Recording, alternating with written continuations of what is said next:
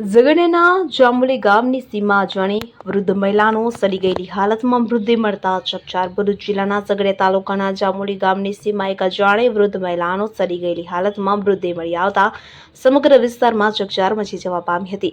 મળતી માહિતી મુજબ જાંબુલી ગામની સીમા અજાણી વૃદ્ધ મહિલાનો મૃતદેહ પડ્યો હોવાની જાણ ઝઘડિયા પોલીસને થતા પોલીસ તાત્કાલિક ઘટના સ્થળે દોડી ગઈ હતી. મૃતદેહ અત્યંત સડી ગયેલી હાલતમાં અને કાદવ કીચડ વચ્ચે પડ્યો હોવાથી તેને બહાર કાઢવામાં મુશ્કેલી પડી હતી. આ દરમિયાન ઝઘડિયા પોલીસે સામાજિક કાર્યકર ધર્મેશ સોલંકીનો સંપર્ક કરતા તેઓ પોતાની ટીમ સાથે તાત્કાલિક ઘટના સ્થળે પહોંચ્યા હતા.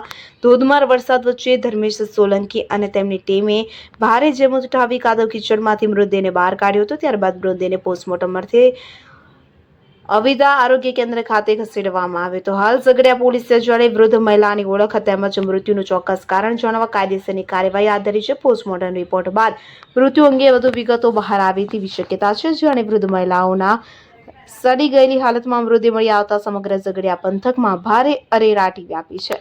અબ્દુલ રઉફ ખત્રી, ઉમરલા.